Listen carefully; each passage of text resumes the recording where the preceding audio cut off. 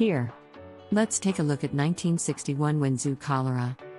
First, notice the time's background. China was in the Great Leap Forward in 1961, and it has led to increased government control over the transient population, which in turn has homogenized and averaged society. And these invariably consolidate administrative boundaries.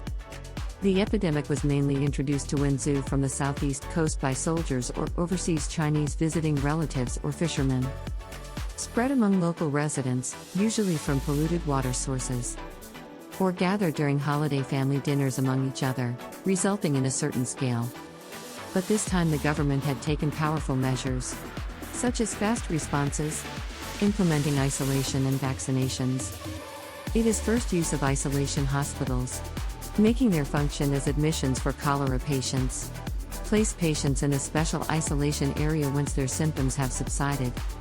In the meantime, cholera vaccination is mandatory for all except the elderly and children. Disinfection is also carried out on the social side. The picture shows people disinfecting fishing boats. This prevention and control laid the groundwork for the formation of China's epidemic prevention and emergency disciplinary state.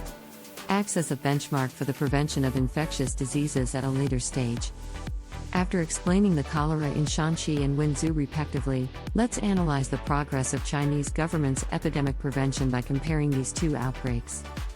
Firstly, the context of the time. 1932 was a time of war and social unrest, which meant that the central government's management of the region was very limited. For example, even though measures were taken to block roads, the orders were not thoroughly implemented. The epidemic was reopened before it was under control, accelerating the spread of the epidemic.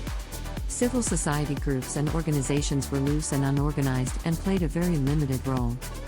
And in 1961, when New China was established, the central government formed a unified administration over the local area. In addition to that, in the context of the Great Leap Forward movement, the government strengthened the management of population movement, which weakened the spread of the epidemic. And in 1962, China's medical care was gradually systematized.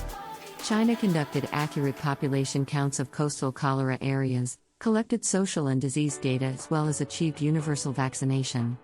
The new medical system was effective in interrupting the spread of the epidemic. In addition, an emergency control system was established during the outbreak.